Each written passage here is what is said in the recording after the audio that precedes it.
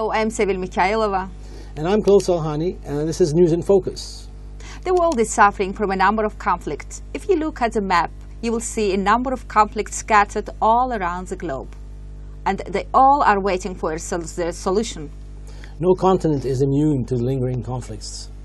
The danger, of course, in allowing a conflict to linger is that with time, conflicts tend to take on a life of their own. They become more complex, they become more difficult to resolve, and they draw in more actors in one way or another, be it as interveners or as supporters of one party or the other. It makes the problem more compound and that much harder to resolve. Nagorno-Karabakh conflict remains a pain for decades and with no solution in sight. Armenia occupied 20% of Azerbaijani territory in a war which left over 1 million Azerbaijanis displaced in their native lands. What is dangerous here is that the conflict remains a trigger point for greater violence and can flare up at any moment. It can, and it can bring in other countries into the conflict as well. To discuss that and to find out what can be done about these affairs, we'd like to bring in Ariel Cohen, a specialist from Washington, D.C. Mr. Cohen is the director for the Center for Energy and Natural Resources and Politics. Welcome, Ariel. Welcome. It's a pleasure. Ariel, the question we have for you is, Nagorno-Karabakh is very dear to our hearts here, and is there a solution in sight? You're seeing it removed from the area. You're not as close as we are to the problem, so you have a little bit of a better, maybe a different view, let's say. Is there a solution to that problem?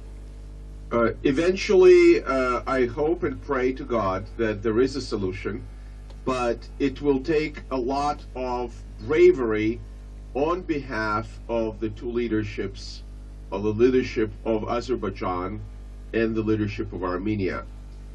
In the end of the day, the war, which is the other solution, the other side of this conflict, right. The war is not in the interest of either Azerbaijan or Armenia. Exactly. But let's take a look historically. Historically, this was the territory of Azerbaijan, recognized both in the era of first independence in 1918 and during the Soviet time. This was administrative territory of Azerbaijan, populated by Azeris and Armenians.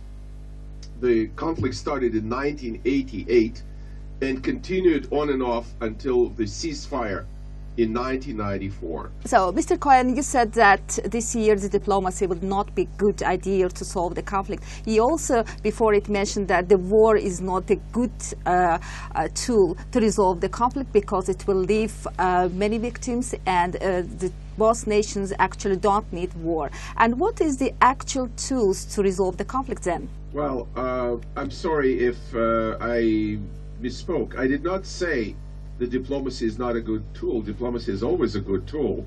I am just saying that we have over 25 years of the lack of a diplomatic solution, and the international system is such that there are no indications we're going to have a breakthrough this year in particular.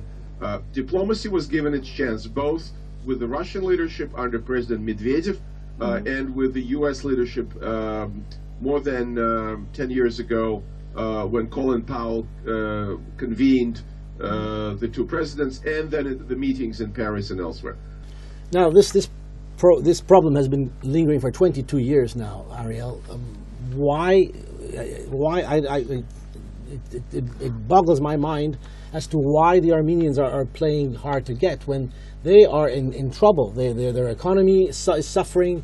They're short on goods, on food, on everything, and yet they're playing hard to get. Why is that? And what are the obstacles, Mr. Cohen, in resolution of the conflict? So if the two nations are really in trouble? The Armenian side is supported in its intransigence by Russia. Right. Russia put pressure on Armenia to join the Eurasian Union that is led by Moscow. Right. And that gives Armenia a lot of diplomatic and military support. But I would point out that the Eurasian Union Agreement, at the insistence of President Nazarbayev of Kazakhstan and of others, does not cover Karabakh. And the question is, if, God forbid, there is a war, I said already that the war is not in the interest of either side, in my view, definitely not in the interest of people who may be hurt. It's not in the interest of mothers and fathers that send their kids to the war. But if the war breaks out, to what extent Russia will provide assistance? In my view, and I've been to Russia many, many times, and am an expert on the Russian military, etc., I do believe that Russia will provide a certain level of support with the weapons and possibly even with troops. Do you think that Russia is not taking advantage, let's say, of the situation to impose its will in the region by keeping Armenia hooked on its weapon systems that it needs to defend itself? If I understood the question correctly, you're talking about Russia having an interest in continuing Yes. the conflict. Right. And clearly we saw this in Georgia, for example, when Russia supported Abkhaz separatism. Russia supported and sent actually its own leadership to South Ossetia, where the leaders of the small enclave is ethnically Russian. Right. The Russians are applying the same old Roman principle of divide and rule and divide and conquer to South Caucasus. Right. If you read Russian experts and ideologists such as Alexander Dugin and others, you'll find that they still treat South Caucasus as at least their sphere of influence, if not their empire. And other powers in the region, such as Iran, do not help because Iran has excellent relations with Armenia. Right. Armenia benefits from trade with Iran, which is under economic sanctions from the West. So the Iranians are also interested in Armenia being anti-Western because Iran is in confrontation with the United States and the West over its nuclear program. Right. So there are outside regional powers that are not interested in peace. They're interested in continuation of the conflict, whether it's a frozen conflict or, in some cases, are interested in quote-unquote hot conflict because the Iranians, for example, do not view the secular regime of President Ilham Aliyev in Azerbaijan as a friendly, ideologically speaking regime. The population, of course, is Shia on both sides, but the republic in Azerbaijan is much more open, much more free internally and socially, whereas Iran is a theocracy. It's a religious dictatorship in the social sphere. So the Iranians don't like the regime of President Ilham Aliyev.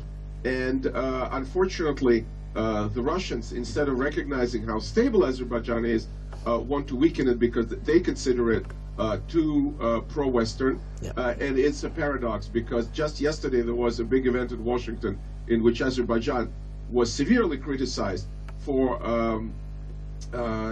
alleged violations of human rights and a crackdown on activists who are in opposition. So it's hard to please everybody for Azerbaijan today, and that too contributes to continuation of this conflict. As we said in the opening minutes of this program, that the longer a conflict lingers, the harder it is to resolve. Thank you, Ariel, very much. That was Ariel Cohen, the Director of Center for Energy and Natural Resources and Politics in Washington, D.C. Thank you, Mr. Cohen, for joining us.